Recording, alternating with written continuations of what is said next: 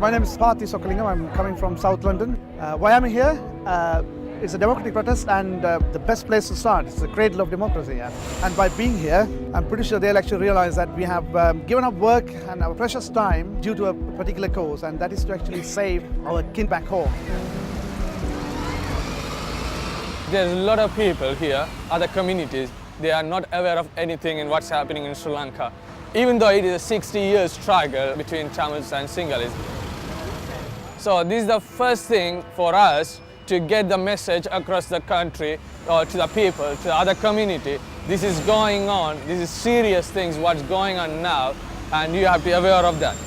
And now we are running this protest almost 19 days, 20 days here with the tremendous support of the public.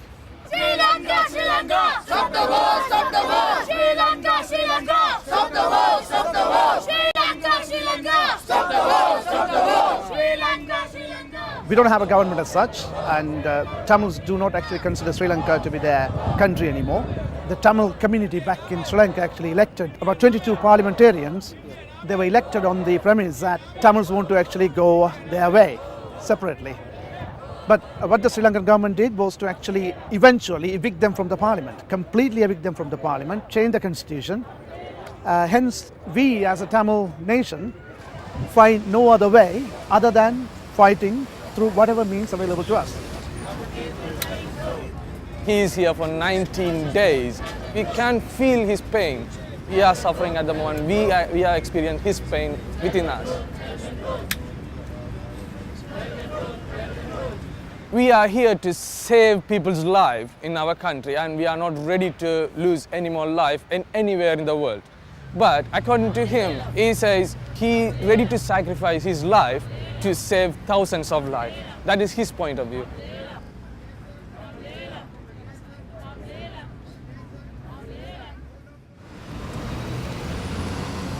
The British Parliament, and particularly the Foreign Secretary and the Special Envoy to Sri Lanka, Des Brown, and also numerous MPs, they've been actually quite vocal, and it's been actually through the British government, they have actually helped hype the profile.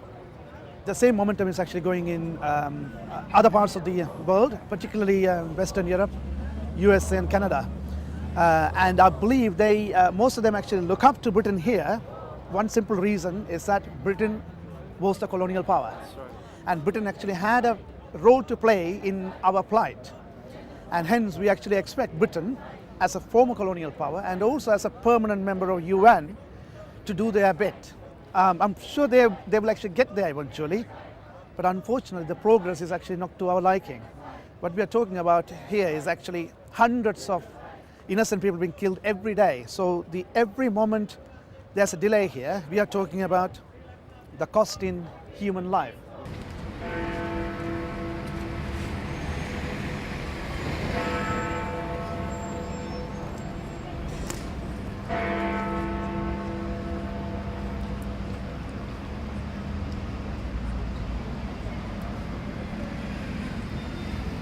Please help us in any form, however you think.